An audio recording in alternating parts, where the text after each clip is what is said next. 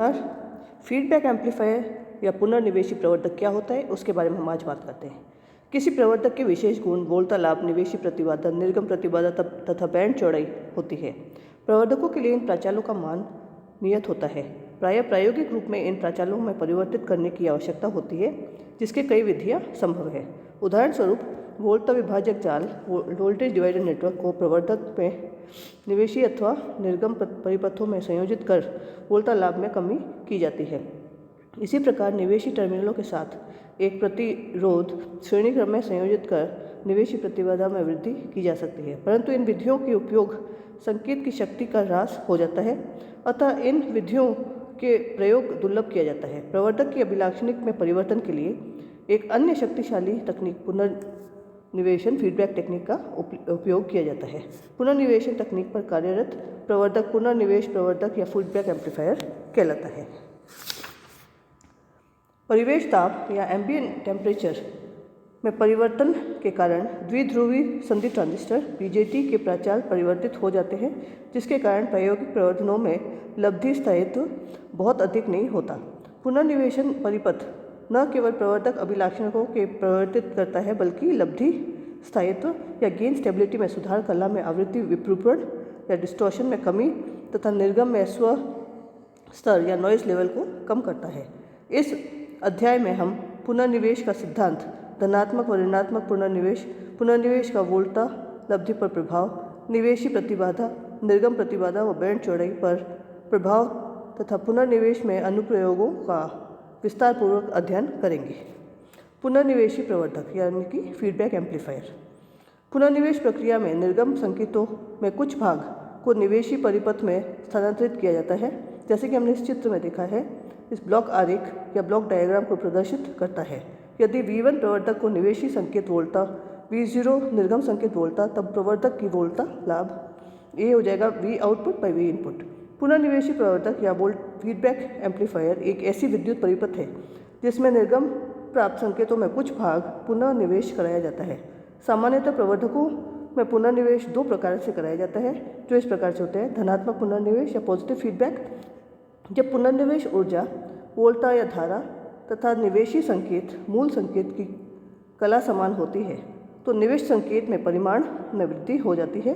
यह पुनर्निवेश धनात्मक पुनर्निवेश पॉजिटिव फीडबैक कहलाता है।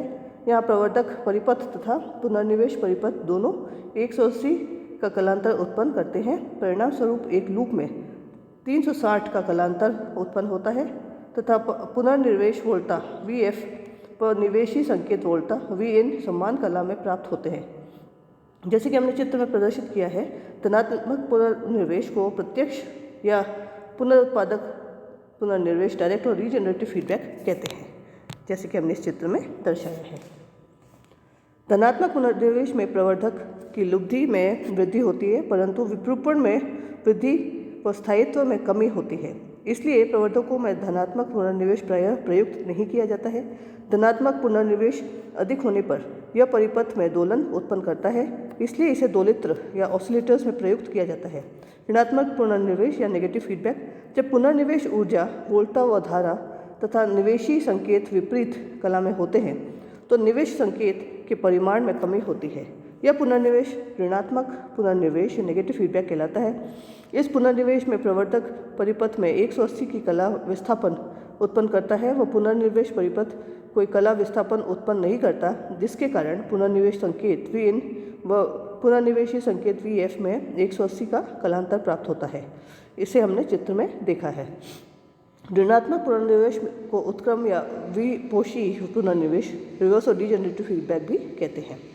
ऋणात्मक पुनर्निवेश के कारण प्रवर्धकों में लब्धि में कमी होती है, परंतु ऋणात्मक पुनर्निवेश प्रयुक्त करने के लिए जो लाभ होते हैं उसके बारे में हम बातचीत करते हैं।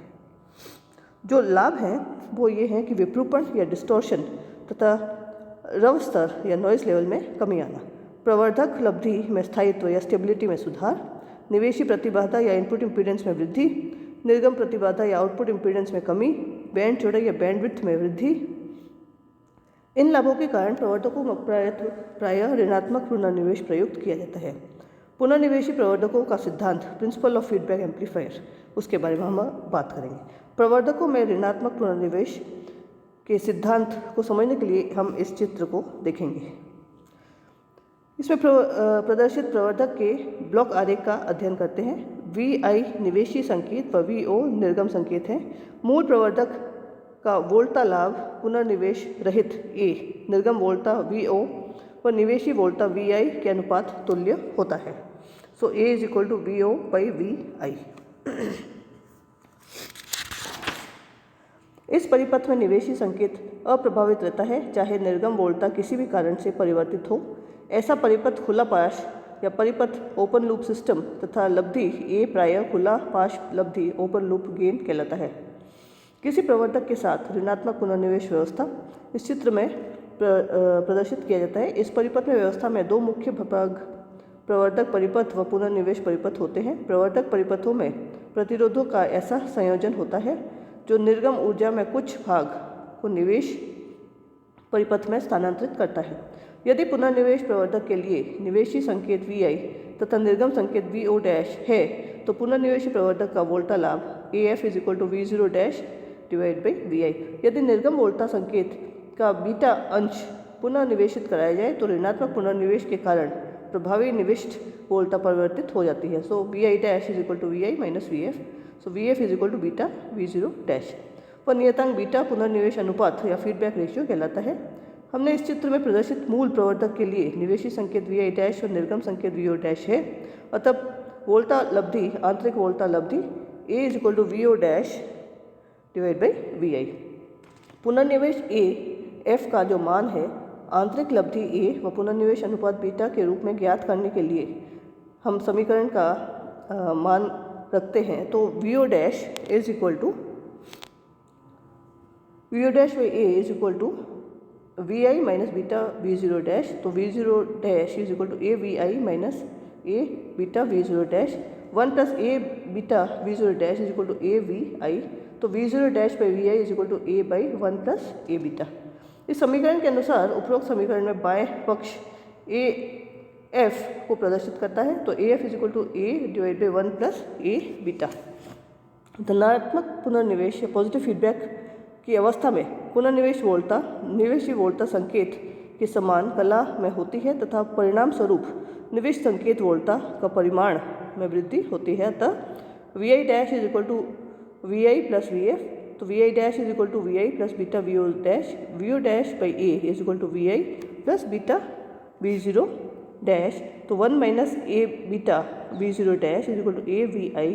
तो V0 dash by VI is equal to A by 1 minus A beta.